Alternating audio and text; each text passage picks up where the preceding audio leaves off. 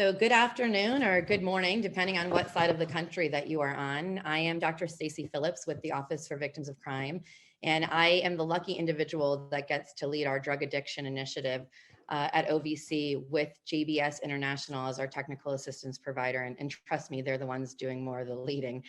And one of the amazing benefits is our partnership with NACoA, the National Association for Children of Addiction. Over the last 2 weeks, we have had 2 awesome sessions focusing on the why behind we focus on children of addiction and what recovery can and really should look like for parents and children impacted by addiction using that whole family recovery strategy, both of which were fantastic. Today, we get to dive into session number 3, supporting children affected by parental addiction, the magic of educational support groups and the benefits of NACoA's Children's Program Kit. At OVC, we feel very lucky and honored to be joined in such important work with JBS and NACoA. The level of experience and expertise on such important topics and the ongoing collaboration and partnerships are so important and necessary to help move the field forward and transform families struggling. So on behalf of OVC, I want to say thank you to Sis Winger and Jerry Moe and everyone else who continues to work so hard in this field, moving the needle forward. We really do appreciate you. So without further ado, it is my honor and privilege to introduce you to President and CEO for the last 25 years of the National Association for Children of Addiction, Sis Winger. Sis? We're excited to be here today to begin to offer programs of solution to the problems that we've been discussing in the last several webinars. And so today, what we really want to do is to show you something and talk about it that looks like this. That is the NACoA's Children's Program Kit. 400 and some pages of hints and helpful guides for you to use.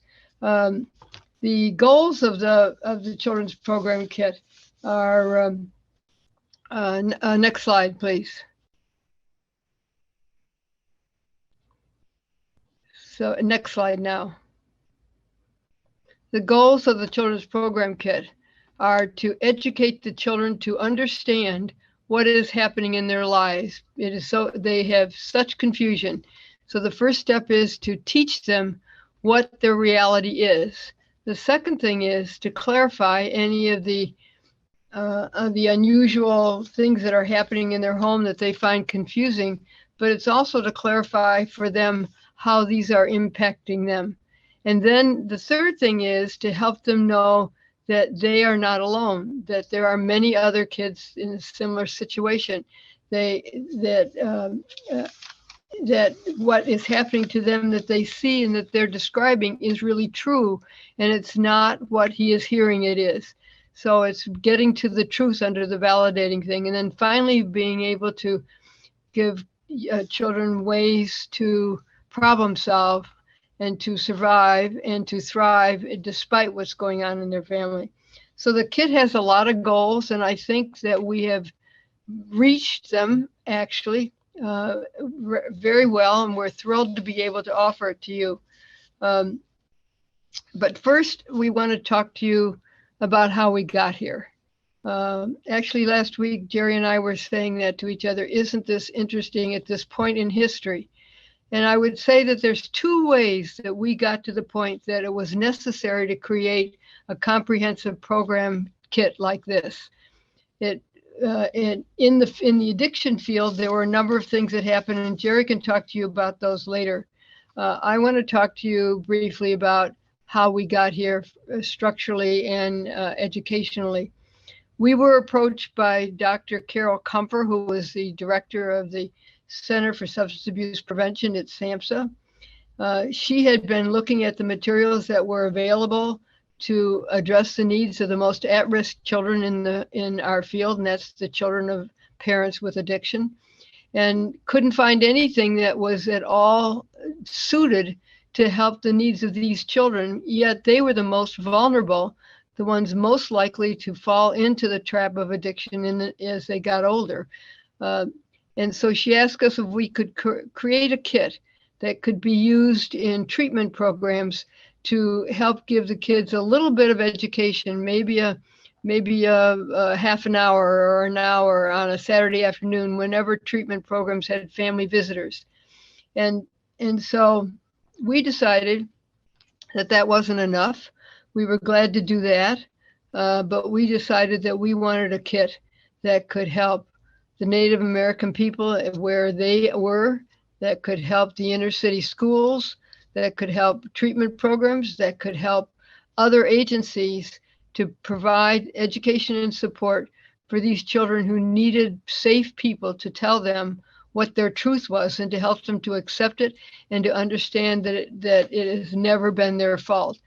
So we got busy, we got together and brought together people who had been doing programs like this for years. In the 35 to 40 years ago, most treatment programs that we worked with did something for the family. But the other people that were doing it were the school people. There was an organization, two organizations actually in Minnesota, Community Intervention and Johnson Institute, who created almost all of the early and best material for helping the family members impacted by addiction. And they made it available to the world, which copied them, and many programs followed that. And they also, community intervention, even more so, developed programs for the children. And those scattered across this country to about 30 years ago, there were 60 some treatment training professionals working in school systems all across the country, teaching other people to implement student assistance programs. So that's where we were. And what happened with on the external side of the changes was that the Department of Ed was working on their drug-free schools legislation and plans year after year, and the drug-free schools, drug-free community coalitions continue to grow very nicely.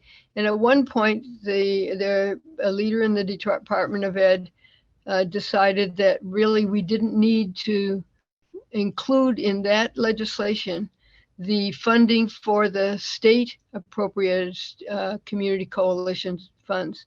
It was this 20% set aside, and they wiped it out. We fought for a couple of years to get it put back into the budget, but finally it was lost. And when that happened, this very slow erosion of school student assistance programs, where most of the children's programs were done, began to happen. And over several years, the schools came up against tough budgets, saw that the feds weren't paying for it anymore, and decided maybe it had had its day. And little by little, those programs folded. At the same time, other things were happening elsewhere, and Jerry will talk to you about the treatment program. So right now, I thought maybe it would be helpful if you know where we came from and how we got, why we did this, because it's hard work to do this. But that's the reason. External issues have a great deal to do with the resources that we have to help children in our country. But we went from having family programs for in the school and elsewhere, to pretending that actually the children weren't important. We dropped them little by little in one program after another. And here you are now creating projects and programs that can make a difference in your community. And I guess our question to you is, have you asked where are the impacted children and are we including them? And if you haven't, we're going to encourage you to do that when you look at what you're developing. Are there children who are impacted by the people who you are trying to help? And if so, how can we help them? Next slide, please. So I want to take you through that big, heavy kit that I held up a minute ago briefly. There are 5 major sections in this kit. The first one is an overview, but it's not just an overview. It's a lot more than that. It has It has criteria for developing the program. It has criteria for the personnel. These criteria were developed by prevention researchers and program developers who have also worked in the field of doing educational support groups for children. That's where we went for the development of this kit, to the people who'd been doing it for years, and they were the ones who made the final decisions on how we structured it and what we added to it. But the overview includes things like in-service preparation, so that not only do you have what you need to do to get ready for it, but we also have put into the package the PowerPoint presentations that you could use if you wanted to make a presentation to the school board, make a presentation to the community coalition. We have 3 different areas with the PowerPoints that are in the kit, and they are available, not only are printed in the kit, but they also are available on a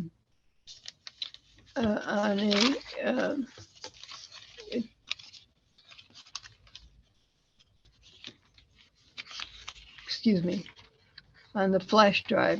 My apology. So we put in a section in the overview section. It also goes through the goals and that we talked about of the program, and what we're saying is those are the things that we accomplish when a child has gone through a full program using this kit. Jerry will talk to you more about that later.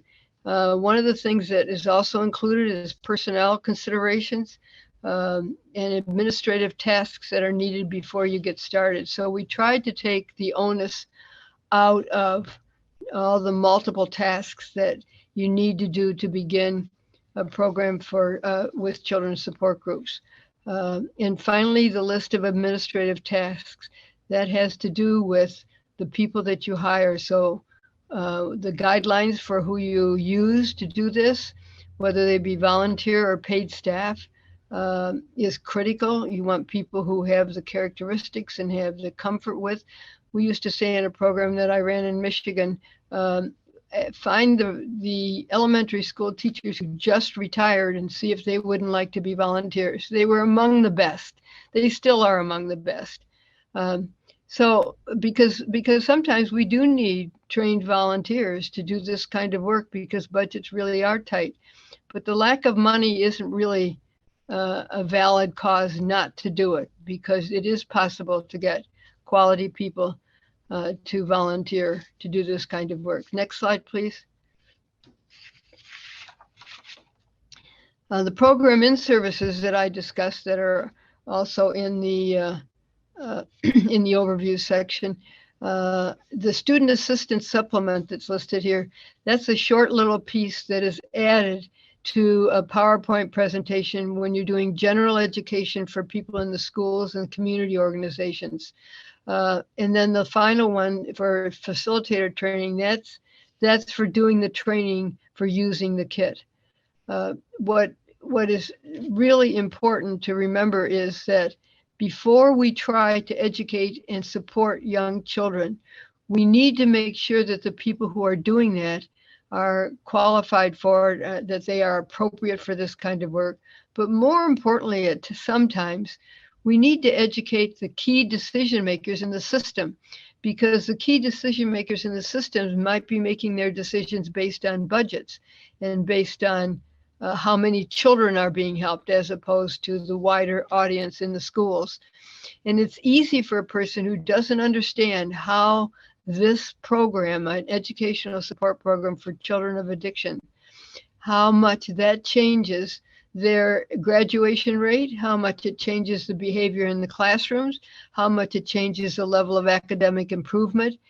But they may not see that unless you have educated them about what a program is and how it can be done, and a minimum budget for it. So I really encourage you to think about it. It isn't an afterthought to educate the decision makers. It should be a forethought. Next one, please. So program startup is another section. So the first section was overview. The program started is another section. And it goes from page 45 to 101. So it's just enough to tell you that there are so many helpful hints in here and simple instructions in order to have everything set up to start up smoothly and to run smoothly. So we really encourage you, if you're going to look at this kit, to pay close attention to these kinds of things at the beginning of the kit, because they make it easier for you to do what you need to do. The next section in the book is program activities. Jerry's going to be talking to you all about the implementation of these programs, the rationale, and how we do it. So I'm going to leave that for him, but I do want to tell you that the program activities section has 246 pages of program activities. So when we say that we think we have an adequate program for you, just consider that. The one thing that I want to point out that would be in the program activity section is there's an alphabetical list of the entire activity list, and it indicates what age it's appropriate for and where you can locate it. And it makes finding the works when you're trying to pull together and create a program for a gang that's coming in, you need to be able to find it quickly. And so I think that one's very valuable. That's the section number 4. Section number 5 is evaluation, and this is all new. We have, first of all, added to the kit. Every lesson in the kit has had 2 goals. The first one was to make sure that they get the knowledge base, and so testing them was on being able to understand what they're being taught. But we didn't do a skills check. So what we've done in this kit is made sure that every one of the activities will foster the development of one of the skills, and as well will be able to gain and retain the knowledge that they have received in any one of the sessions. So those are all the sessions, but then there's an add-on. There's this flash drive that's tucked into the kit that has an enormous amount of material on it. It has the films that are used. It has the PowerPoint presentations that I've been discussing. It has all the forms that you need when you're setting up a program like this, the forms that for registration, the family history forms, all the things that you need to do when you're going to start meeting regularly with a group of children. So we think we've covered the waterfront on those, because the people who told us what to do are the ones who've been doing this work all their life. So that takes us through the major portions. It's sort of a drive-by of the major portions of the kit, the structure of it. We think that it's structured very, very simple to use. The films are not only on the flash drive, the films are as well in desk form, because some of the teachers said we still want those. We have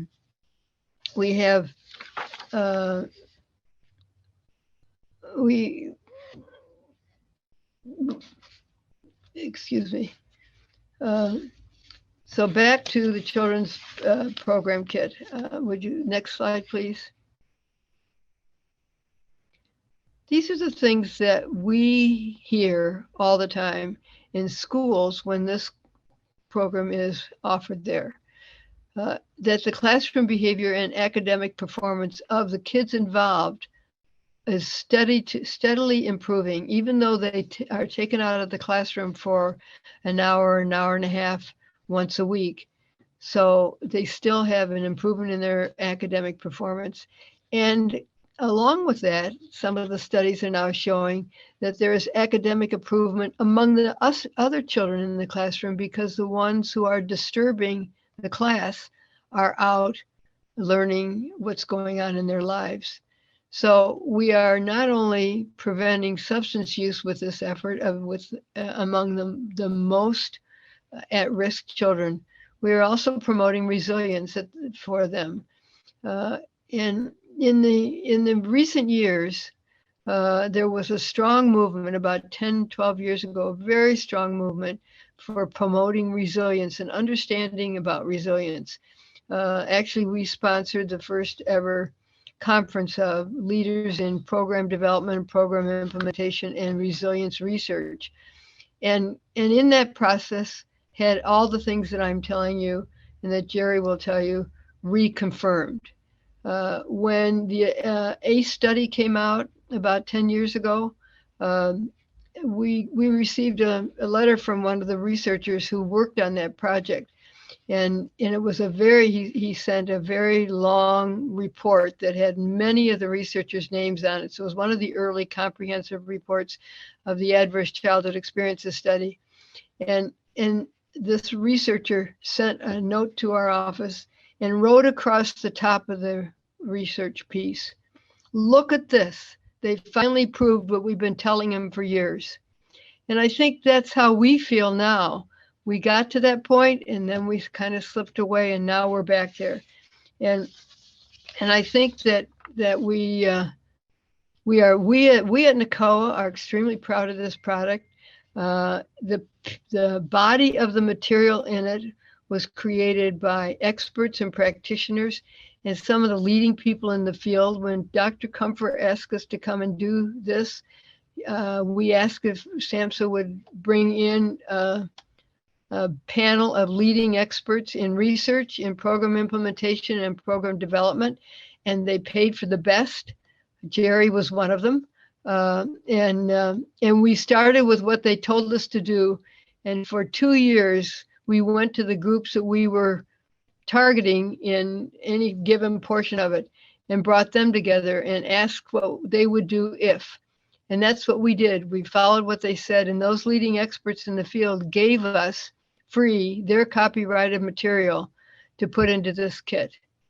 And we are extremely proud of that as well.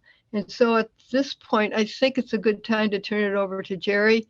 And he's going to talk to you also about the youth treatment programs use of children's programs.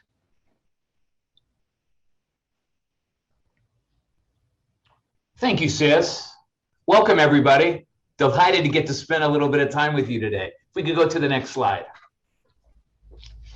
So how did we get here? NACoA did a random sample of all treatments programs in the treatment program registry and sent a survey. And what NACoA found was 70% of treatment centers across the United States said, we offer no child-specific services. So 30% said they did. And yet we asked the programs that said they did to send us in some of their materials, not to show to anybody else, but just to have at NACoA. And it turned out that 30% really dwindled down to a much lower number. But for the 70% of treatment centers that didn't do services for kids, one of the reasons, one of the barriers was we're not sure what to do. And it was there that we created the children's program kit. And so we created it with treatment centers in mind. But please know that, and I'm going to be introducing a dear friend and colleague, Dr. Wendy Wade, in just a little while. And so while we were creating this, Wendy and I had already done these educational support group programs in community settings with great results, in schools, even at camps. And so while we looked at treatment centers as being the focus, we were thinking much, much bigger. So in the next 20 minutes, let me just give you a broad overview of the children's program kit. If we could go to the next slide, please. So what's included in one of these, in a group? We have a small group of children, ideally 5 to 8 children, but I don't live in the ideal world. I live in the real world. So sometimes a few less, sometimes a few more. education focused in a safe and supportive environment. I look at this as true prevention. We're working with the group of boys that are most at risk for emotional, behavioral, psychological, and physical problems as they grow and develop. I always think, what can we do for them today when they live in families where there's chaos and inconsistency and unpredictability? Can we give them some tools to help prevent mental health issues they might be experiencing? But then I look broadly long term, and can we somehow interrupt the multi-generational cycle of addiction as they grow up? It's highly interactive, it's engaging, and it's fun. And if I would say the one thing I see missing in so many children's programs these days is the fun part. It's fundamental that laughter and healing and play are an integral part of the healing process. Next slide. Now, I just love this slide. And what I really want you to focus on is the bottom right. The rules, the family rules in families where there is addiction. Dr. Claudia Black taught us all about this in her landmark book all the way back in the early 80s. Man, how old am I? Don't talk, don't trust, don't feel. And the Children's Program Kit is this rich resource that teaches kids to break those rules. And if you bring your heart and you make it safe, they will do exactly that. That's the miracle of this work. Next slide.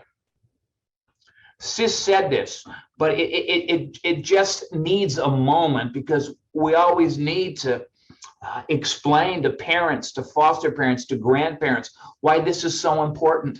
This Children's Program Kit is a strength-based program, enhancing resilience.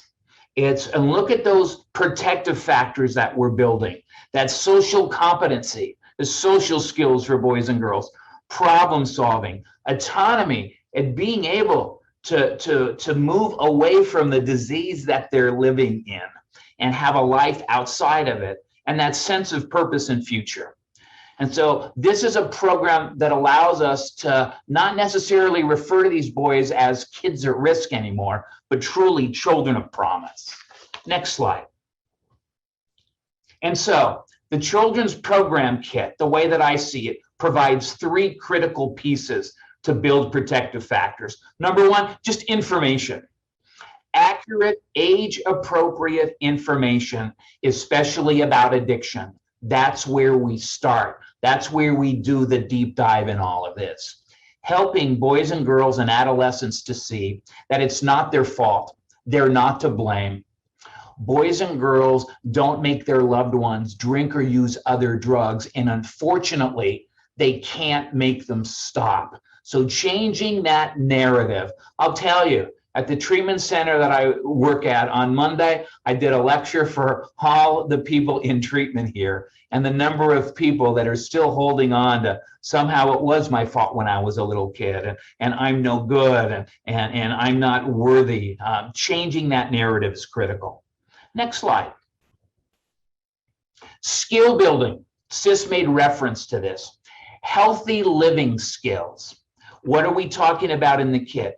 Communication skills, problem solving, self-care strategies, coping mechanism, teaching them about safe people and safe places. And then using group as a safety net for boys and girls to practice these new skills and to grow them and to deepen them. You know, a really important part of this whole process. Next slide. But maybe one of the most important things of all, just that bonding and attachment. You know, this is a disease of isolation, silence, shame, secrecy, stigma. And please, not just for the person with the substance use disorder, but for the entire family, including for boys and girls. So being in a small group and getting that sense of connection and that sense of belonging, there is where the hope comes from. That sense that I have a place here and I matter and I can be safe while I'm here and I can learn to take healthy risks. Real critical in all of this. and it's the presence of nurturing adults. Look at all of the retrospective studies done on resilience. Adults looking back on their lives, all of them talk about the presence of at least one nurturing adult who's truly made a difference in their lives. And time again, I've seen the facilitators of educational support groups as being that person. Next slide. What do children of alcoholics need? You know, there's a dear friend of mine who passed away a few years ago, who was involved with NACoA from the beginning. One of the most gifted group facilitators I've ever seen. Her name was Betty Laporte. She worked in a program called Project Rainbow in New York with Phil Diaz and Ronnie Figueroa.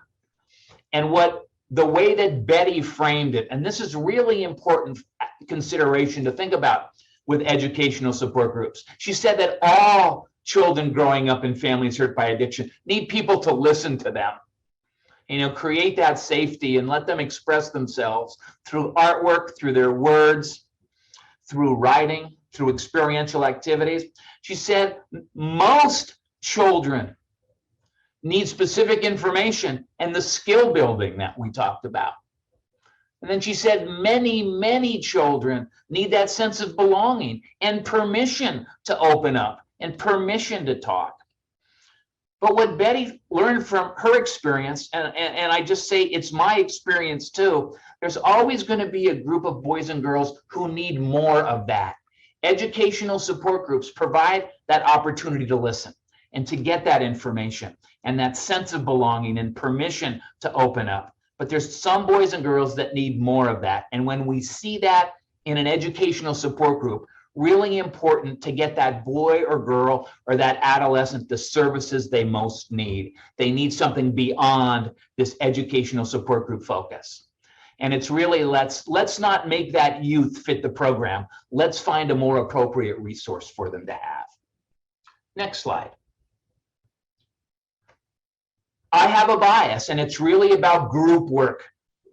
Unless you have a child who truly needs therapy as a result of early childhood trauma, neglect, post-traumatic stress, anxiety, depression, ADD, ADHD. Unless that's there, group is really the best strategy. Why? Kids see that they're not alone.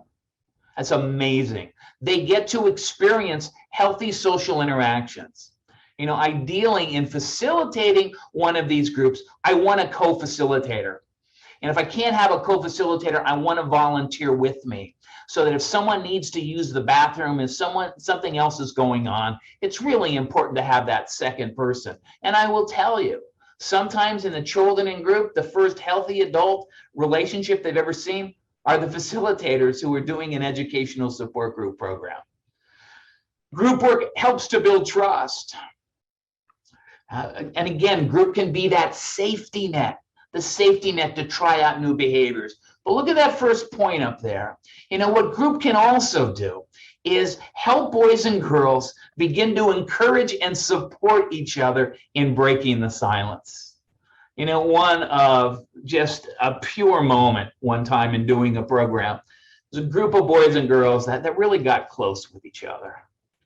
And it might have been our fourth session. And the couple got there early and they started talking to each other and then comparing notes. So you're embarrassed to have someone come to your house. Or you get disappointed around your birthday and the holidays because you're never sure what's going to happen. And you hate the weekends because there's no school and things can get crazy. And you've thought it was your fault just like me. That sense of growing and having a place where you belong is just really critical in all of this. Next slide. So just real briefly, I just want to gloss over this and give you a few more slides, and then my time is going to be up. But the real difference between educational support groups, of which the children's program kit, and I saw one of the messages in the chat. Yeah, this is children's program kit 2.0, filled with many more activities with an evaluation piece. You know, it's a wonderful resource. So in these educational support groups, Focuses on life skills, what I've been talking to you about. When a child goes to see a therapist, it's usually due to a personal problem. We provide education in the groups from the children's program kit. And in the therapy, I'm trying to resolve that problem. What drives educational support groups are educational goals and objectives. It's curriculum-based guided activities. And yet therapy with a child is based on a treatment plan. Educational support groups often building protective factors. And in a therapy group, I'm starting with risk and working my way to protective factors. Who facilitates an educational support group? Highly trained facilitators. Come from all different kind of backgrounds. Who does therapy? Licensed therapist. Educational support groups tend to be time limited, whereas therapy groups are ongoing until there's problem resolution. It's really important to keep this with an educational support group focus. If boys and girls need more than that, hey, we'll refer them. We'll refer them right along. Next slide. Just a few more slides for me. So nuts and bolts. Age-specific groups. My rule of thumb in the ideal world, I don't want boys and girls more than 3 years apart in age, because developmentally they can be in such different places. Yeah, so middle school kids can be together, high school kids usually work well. The elementary level, I'm in a younger group and an older group. Have I done groups with all elementary? Yeah, because I live in the real world, so it's balancing those. These are structured groups with educational objectives. And so Emily, who I'm just about to introduce in a few minutes, we're doing a program together. And our topic is feelings. We go into the children's program kit. We've got 4 or 5 different educational objectives. We're going to pick 1 or 2 of those, never more than that, maybe just 1. And then there is, over 100 activities. And I'll tell you, these activities, most of which I have done before, really work. You know, they really work. And I want to pick activities that really blend into whatever the predominant learning style of my group is. You know, are they visual learners? Are they kinesthetic learners? Do we use more art and more creative activities? You know, how do we go about? And so there's a great amount, while there's structure necessary, there is just a great amount of flexibility in that this is a product that really relies on you and knowing children and adolescents to do the best by them. And lastly, is it an open group or a closed group? Now, an open group, which often takes place at a treatment center, is boys and girls come and go. The challenge of an open group is that I need to spend a little bit more of that group time welcoming new kids, bonding, and trust activities. And so I need to spend more time doing that. The good news in this kind of a group is boys and girls don't have to wait. Adolescents don't have to wait. They can join group at any time. Whereas closed groups, you know, it's the same boys and girls who start the program and who go through the program. And we're not adding new people, so that bonding and trust grows exponentially. And there is a little bit more time to focus on the activities and the discussion that takes place after the activities. Next slide. These are the 6 topic areas. Now, sometimes people do 6-week program and they go through these areas. Let me tell them to you. Addiction, we start right out with it. Feelings, problem solving. Do a whole topic on treatment and recovery, how people get well, how children heal. Give them a sense of hope. The topic of safe people and just coping. You know, handling all the challenges that are going on in my life. Now, I've done this kind of an educational support group where it's 12 weeks. And so each of those topics gets 2 sessions. I've done it where you take those 6 topics and you come back along and you do the 6 again with more in depth and more focus. So again, a lot of flexibility. And the next slide, just a couple left. And activities. So we've got activities at the elementary level. And think about it, elementary level, keep it simple. Keep it concrete. Middle school activities, all designated in the children's programs kit. Middle school activities where you really need to balance the amount of content and giving middle schoolers a time to talk about it, a time to process it, and high schoolers even more time to process, even more time to discuss and figure out how to make all of this fit my family and myself moving forward. And always have an extra activity. I don't want to tell you how many times I pick an activity that I think is going to do incredibly well, and I'm in it a couple minutes and that little voice comes in my head, it's not working. And I don't listen to it and I stay with the activity and it's still not working. And everybody in the room knows it's not working, but no one is saying anything about it not working. Always have an extra activity going on because you never know. I'm humbled all the time. My last slide, please. So the 7 C's. You heard me talk about the first 3 when we talked about education about addiction. I didn't cause it. I can't control it. I can't cure it. Those are what young people can't do. But we can't just tell them what not to do. We better tell them what to do. And the children's program kit focuses on these. I can help take care of myself by communicating feelings, making healthy choices, and celebrating me. It's exactly what the kit does. Self-care, communication about feelings, choices, problem solving, safe people, and celebrating me. And so in closing, on the 4th of July last year, during the pandemic, here I am working at the Betty Ford Center, and I get a call. First treatment center that I worked at, community-based hospital in Northern California. And there's a mom on the phone, Sally. She was 36 years sober on the 4th of July last year, and she called to thank me. Couldn't quite remember her, but she called to thank me as she celebrated her sobriety. She said I'd been a big help in her son Russell's life. Russell was 10 years old at the time. And so there's Russell. Now the kid, he'll always be a kid to me. He's 46 years old. And she puts him on the phone. I can't remember him, but we talked. He's a grandpa. This disease and mental health problems have not entered into the subsequent generations from his mom's recovery, because recovery tends to run in families too. I asked him, what do you remember? He said, well, I remember the bicycle activity where you lose the brakes. Great metaphor for addiction. She says, I remember something about bubble gum and we all got stuck in the gum. That's the family disease.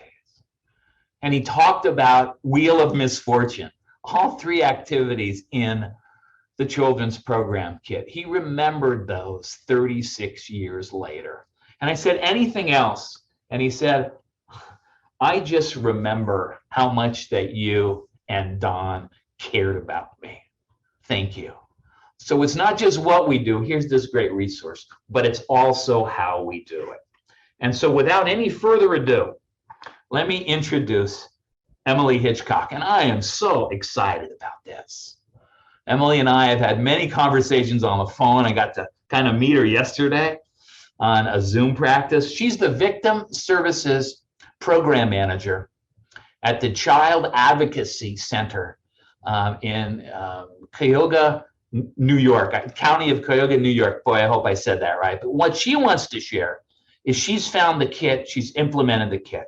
And we thought somebody really new to all of this and the amazing things that she does. So all please join me in welcoming Emily Hitchcock. Emily, it's all yours. Go, girl. Thank you so much for that introduction, Jerry. I'm so excited to be here with you all. If you could kindly go to the next slide. So yes, I am the Victim Services Program Coordinator. I work in upstate New York, and I run the Children Affected by Substance Abuse program.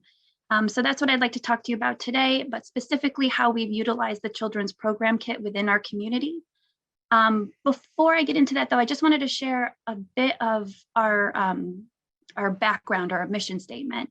So the CASA program, our goal is coming into this was to develop and execute a multidisciplinary response to children who are victims of their caregiver's substance abuse and the opioid epidemic.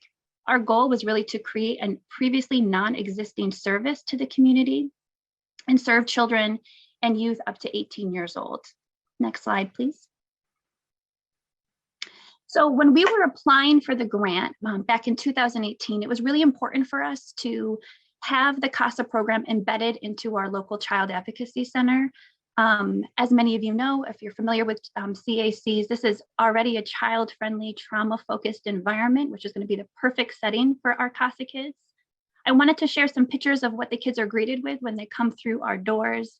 Our waiting room, we spent a lot of time and felt it was important to have a warm environment right from the beginning. We always have snacks, crafts, toys. We have a Netflix and a Wii for the kids to play while they're waiting for us. I cannot stress enough the power of snacks and how it can change a kid's mood around. So we always have snacks on deck. Next slide, please. So like I said, I'm here today to discuss how we've implemented the children's program kit. I'd love to provide some ideas to you all on how to implement this group virtually as we have done, and also provide some data outcomes. Next slide, please. So the 3 different settings that we've done the kit is the local, one of our local elementary schools, in-person groups at our child advocacy center, as well as virtually. So to give a little background of how we started doing it in the group, in the summer of 2019, I went on what I called my CASA tour. I went to every human service agency imaginable in the county, to doctor's offices, libraries, and of course, schools. I utilized the PowerPoint that's provided in the program kit to educate the community on what CASA can offer. I talked a little bit about why this service is important in the community, and also how we can implement the group. So thankfully, a local school took us up on that offer.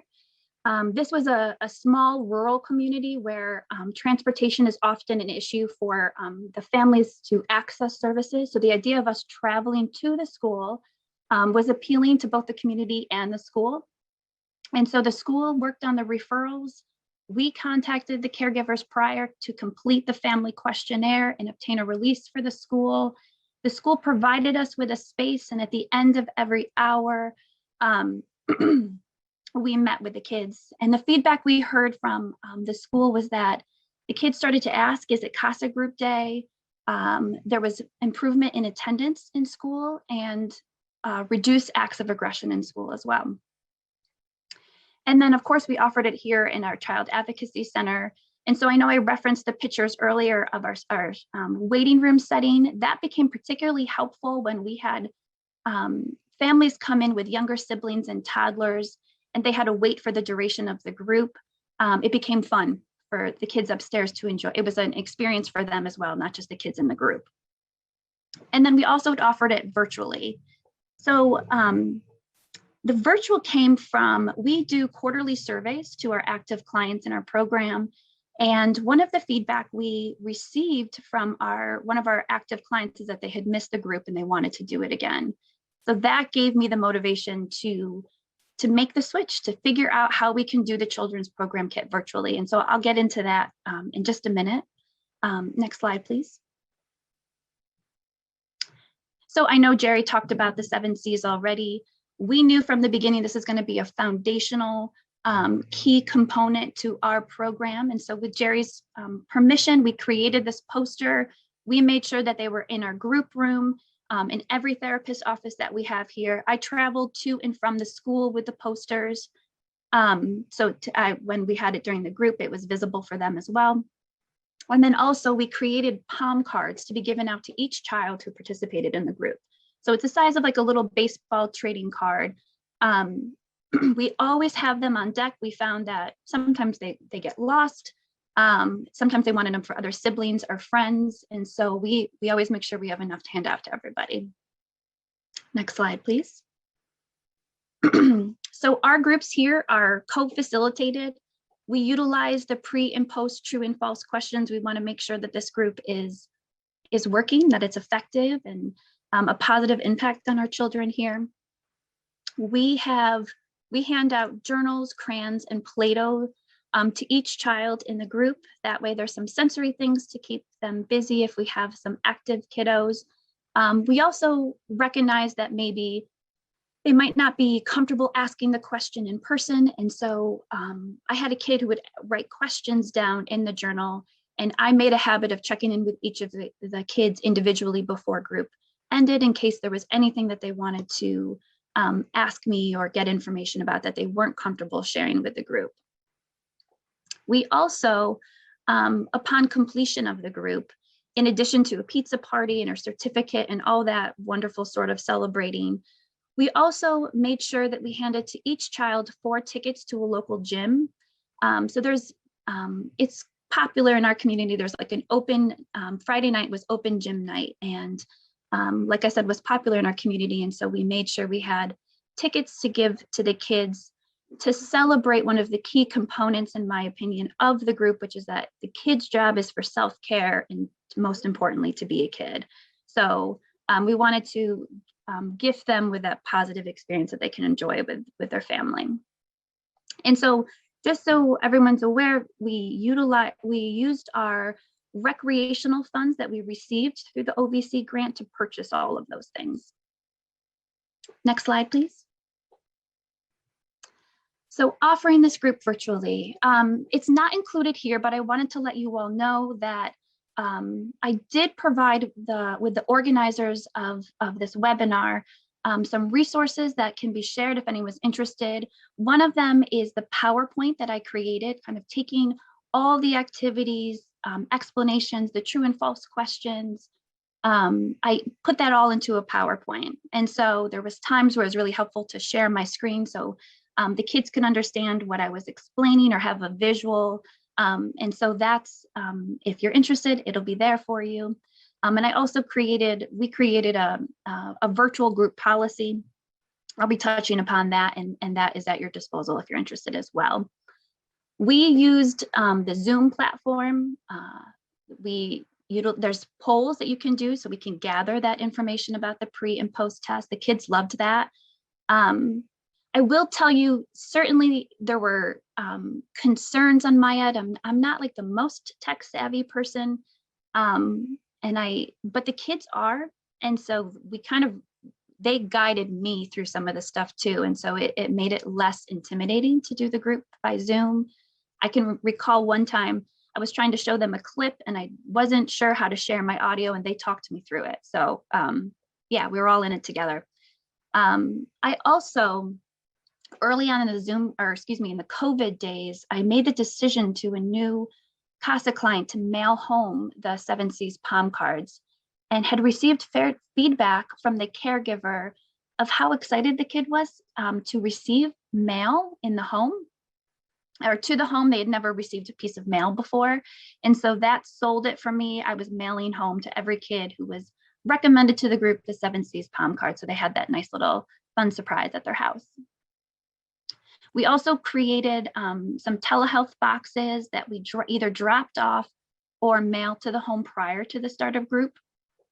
That included a pencil box with more 7 C's palm cards, journal, crayons, Play-Doh, a welcome sticker.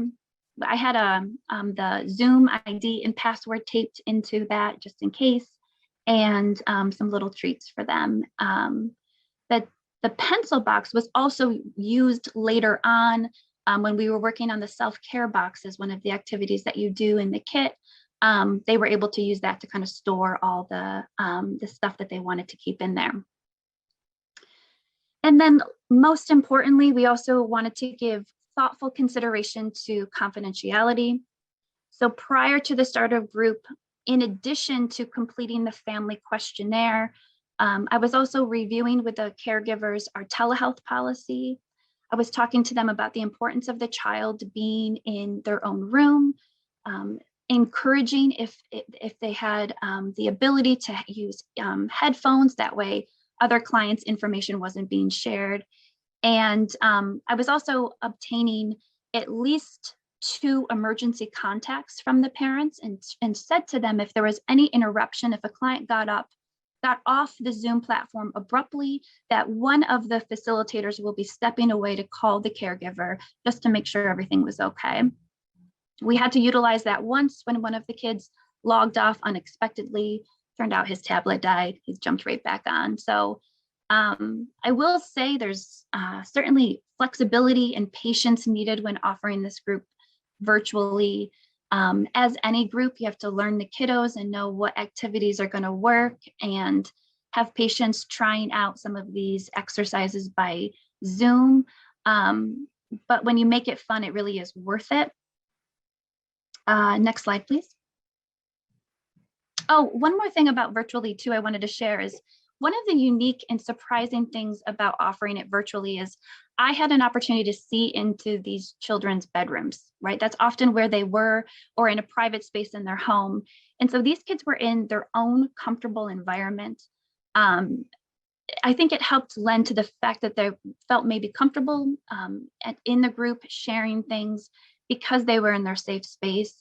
I felt like the group members connected more in a surprising way with one another because they had a window into their personal, like their home. And I did also have to implement at the end of group, we had show and tell. Everyone wanted to show me something in their home. And so we made that happen too. And so findings, I wanted to share some data with you all that we have obtained following the groups. It was important for me to share data from one of our virtual groups that highlights that it's different, but it does work offering this group virtually. So this data was from our September to December group in 2020. So at the start of the group, 20% of the group participants believe that many children deal with addiction within their family. Excuse me, am I reading that right? 20%, yeah, 20%. So only a small number of children believed that many children dealt with addiction in their families. That number at the end of group changed to 100%, because what we could offer in this group that you can't offer outside of a group setting is that they got to speak with children with similar experiences, and that completely changed their thinking on that. As we know, children who are affected by substance abuse often feel like they're alone. 4 out of 5 children did not believe that there were many other children who dealt with addiction in their families. And after finishing our 12-week group, 100% of the children reported that they now understand they're not alone. Next slide, please. This data point was particularly heartbreaking for me. So 50% of the children in the beginning believed that they were somehow responsible for their parents' addiction issues. At the end of group, I'm happy to report that 100% of the children answered that no, they were not the cause of their parents' addiction issues. Next slide, please.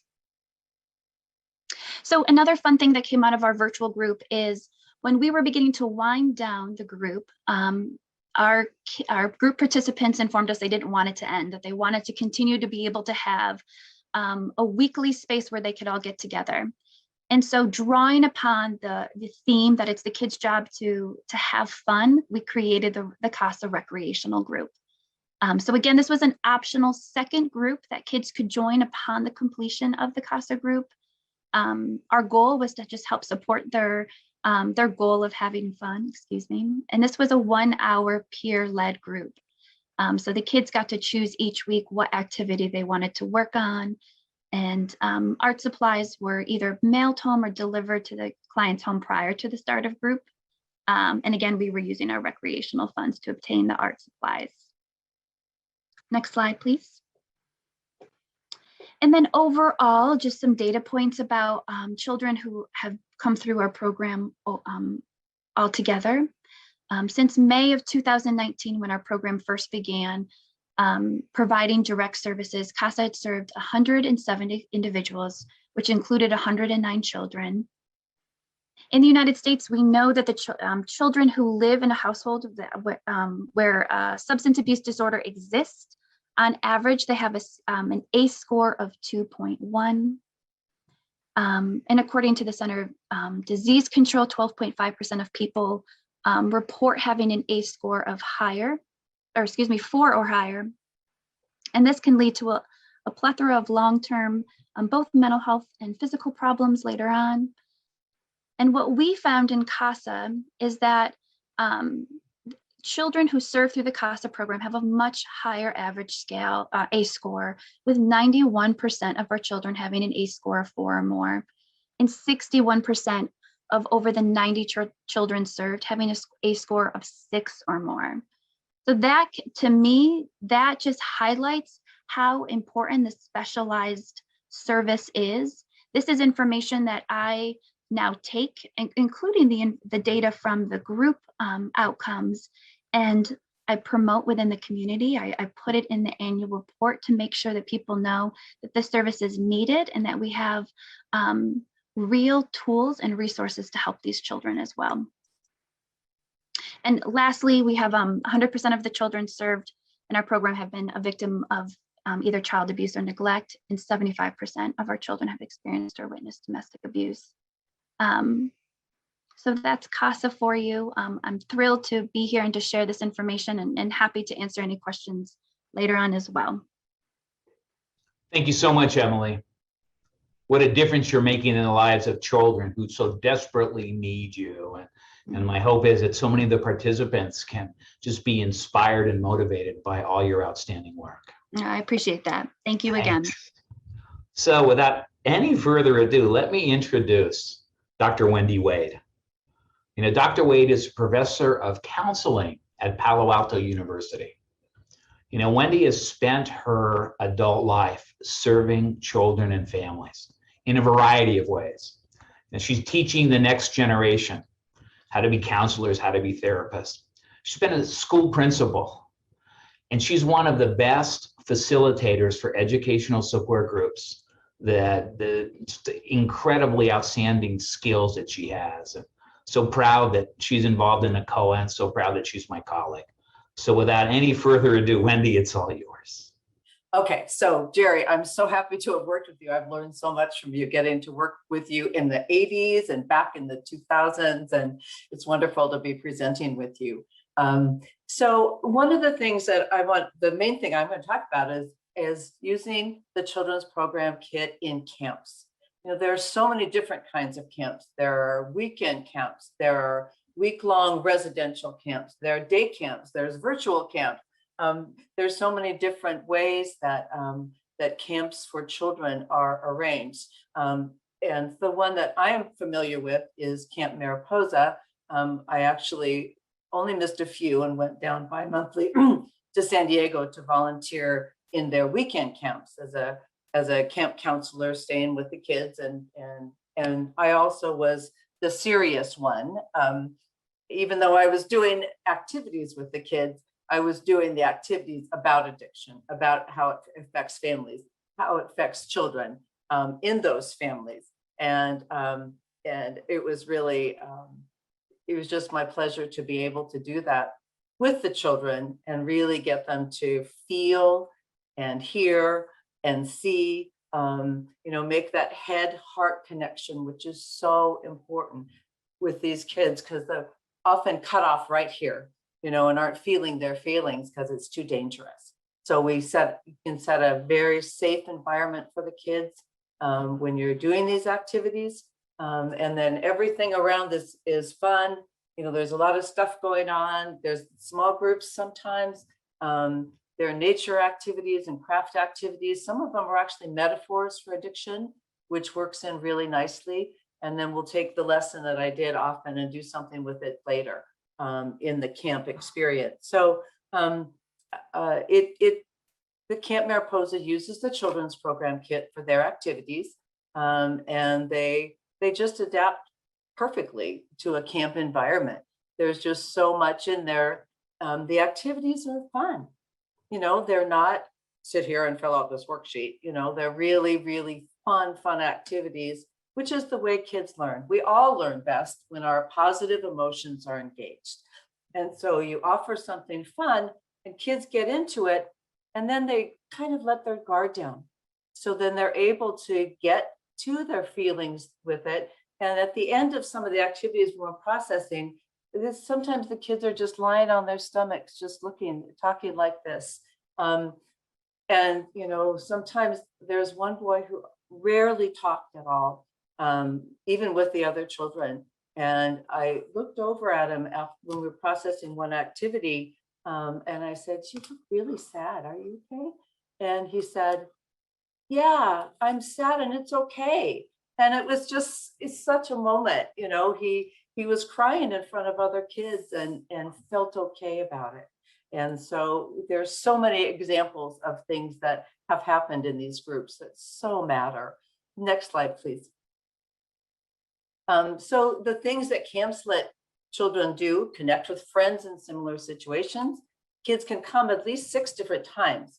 But the new kid comes in on a Friday night, and by the end of Friday night or Saturday morning, they are folded right in. You wouldn't know who the new child is because everybody is the same. Everybody comes from the same situation. Their guilt and isolation feelings can be reduced because everybody's in the same situation. We really help them understand what it means that addiction is a disease and it's not their fault. They develop trusting relationships with adult mentors. There are 2 or 3 counselors in each group. They're volunteers, and we all are available to talk to kids one-on-one anytime during camp. They build confidence and they learn critical life skills. And of course, the most important thing is they're able to have fun with each other and then be able to focus when we're teaching them the important things we want them to know about. So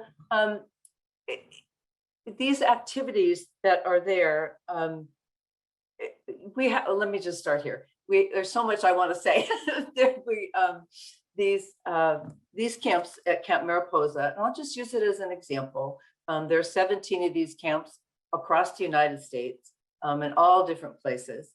And they meet bi-monthly for a weekend, no cost to the children. And it's really, really valuable, especially that they can come back so many times. I seem to remember that in the camps that you did, Jerry, many, many years ago, that the kids would come back year after year to the week-long camps sometimes, and really continue to develop those skills, share what they've learned with the other children, and really be able to be themselves. And as Sis said earlier, you know, to be able to tell what their truth is and not have to hide it and not have to make it a secret, which of course, when you keep secrets, that creates shame for children. And so the kids are 9 to 12 in these camps, and we have older ones come back as camp counselors, which can be really exciting for the kids to have somebody who's been through camp, who's a teenager now. And so we do the same activity, or I'll do the same activity. I usually do those when I'm there. And either the 9 to 10 or the 11 to 12. And all these activities are so adaptable that within that age range in particular, you can do the same activity. You just approach it a little differently sometimes. They process it a little bit differently, of course, with the older kids and the younger kids, although I'm often surprised at how much the younger kids will be able to process verbally the activities when they're finished. So there's one, Snow White and the 7 Defenses, you'll see that, and it's a reader's theater, and kids get to talk about, to act out the roles that sometimes kids have in families: talk too much, perfect, the rebel, all those kinds of things. And so with the younger kids, they talked about it, about their own roles. And the older kids didn't really want to talk about it. So I had them do skits, which would demonstrate using those roles within a group of children. And so, you know, we just adapted it for the children that were there, their ages, and what was going on with them at the time. And so it's just, oh, there's another thing too. You know, the camps don't have to be focused on children of addiction. You know, you can go to other camps and do some of these kinds of activities just to educate children, because as we know, 1 out of 4 of kids in just about any environment you'll go to, as far as we know, will be somebody who's living with addiction. And so they will get the message. They may not have the safety to share and process those activities in a camp that's not focused on addiction, but they'll still get the information and they still can internalize that. and hopefully have somebody that's safe that they can talk to about that. So it's really, really very adaptable, and I'm running out of words because I have too many words in my head and they're not, I can't get them all out, but it's really an example of a kind of environment that can be used, the children's program can be used in. And it's really just up to the creativity of people who work with children. How can I use this? There must be a way I can use at least some of it. If I can't do a whole children's program, let me take this kit and perhaps do some activities. I did one in a 5th grade classroom about what kids can do to mask their feelings. If they have feelings they can't express, what do they do? Some people turn to drugs or alcohol. And many of these 5th graders said, I eat too much. I play video games. I eat, candy bars. I eat chips. And so they already are realizing that they're doing things to avoid feeling their feelings. And that was in a whole class situation. So, and it was just a one time.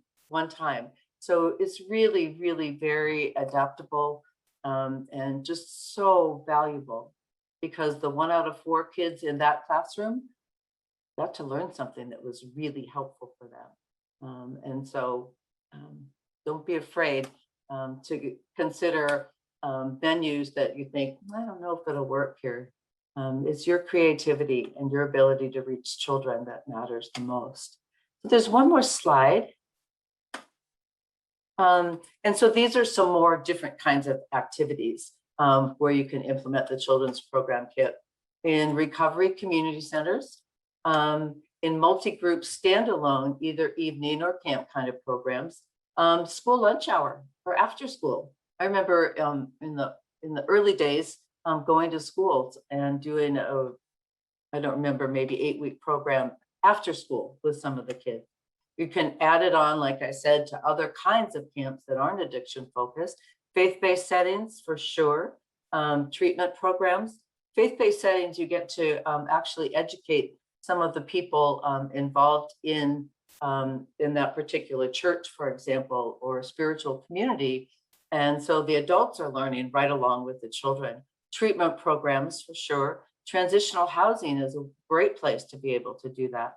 And then the residential programs for youth detention. You don't want them to get out of detention without learning anything, without learning any new skills, without understanding the trauma that they've been through, likely living with addiction. I'm sure that that's much more than 1 out of 4 children. And so these are just a short list really of the ways that it can be adapted. And we just want to get all those 1 out of 4 kids, as many as we can, in many places as we can, safely. And so looks like it's time for the next event. So thank you so much, all of you. Thank you, Wendy. Outstanding. It's great to do this with you and all the programs that we've done through the years, most definitely. And Wendy is someone who actually is a trainer for NACoA, and it is highly sought after to really take multiple days to show how to implement these kind of things. So sis, I'm going to turn it over to you. Well, I think we've been through enough examples of the versatility of this product, this children's program kit. And I think my request and comment to the audience is, you've heard the history. You know that there was evidence a long time ago that these were extremely effective, and yet somehow things happened externally that lost the resources. And so we had a tremendous drop off. But now we're coming to grips again, very slowly in our country, but certainly beginning to, as a result of the opioid epidemic, we are coming to grips with the fact that there are some very damaged children. And what we're saying is that there's more than very damaged children. There's just millions of children who are impacted and changing their lives as a result of the impact. And so it's really up to all of us. Those of you who've been working on the grant for this project have come up with some ingenious things and some very solid community-based things. I want to say our question to you is, what are you going to do about it? What can you do? Take some of the tools that we're trying to offer in that and elsewhere. And remember, if children are in the life of someone who's in trouble, then those children are also troubled, and we need to help them all. Thank you very much.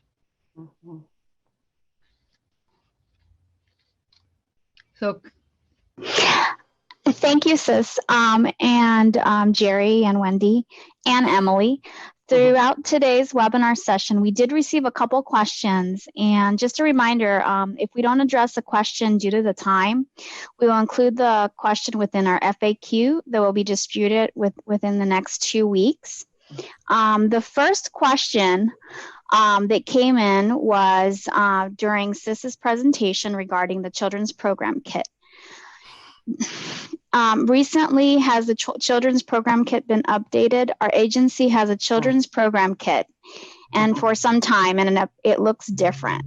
Inside and out. it is definitely different, and I think Jerry tried to point that out in his presentation. That and you know, this has evolved. It's something that we took on many years ago, and it was initially supported by CSAP and distributed.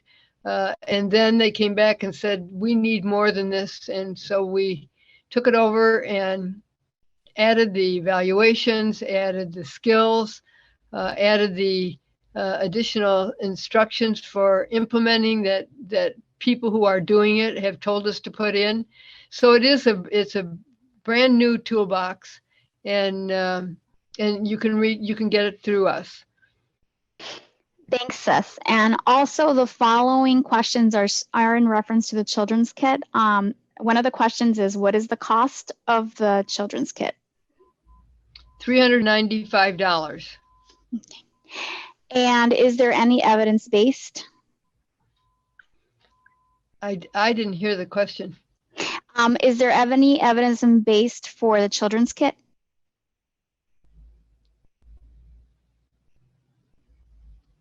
Is there any evidence that it works? Is it evidence-based? Is it considered evidence-based, I think is the question. Actually, if it's not considered evidence-based the way that we have traditionally thought, like from the NREP listing, but at the time that we were doing the kit, one of the directors at CSAP asked us to find the research for children's programs and for resilience, and to evaluate the evidence of the kit, because the way the kit is designed with all of the flexibility, we can't do that traditional kind of different types of groups and the comparisons.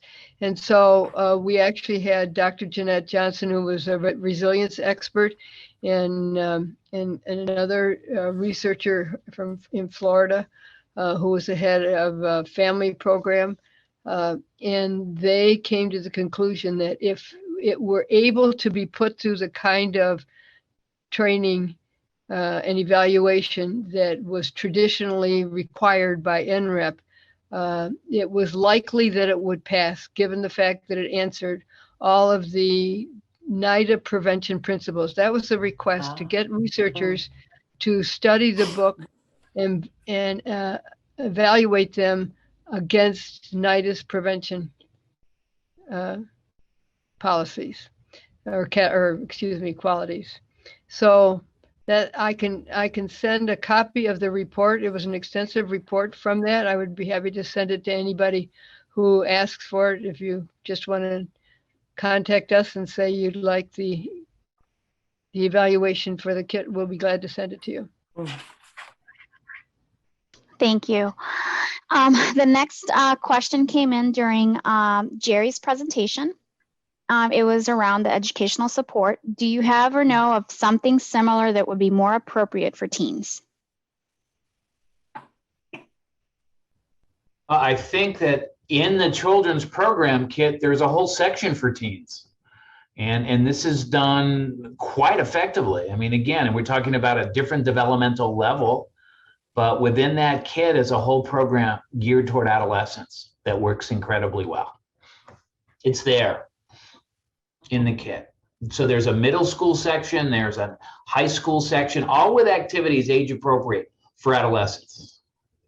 Just a little bit of a different focus. Wendy made reference to that, and depending on how old youngsters are when they're in a group. So yeah, if you look at the kit, adolescent section right in there, works well.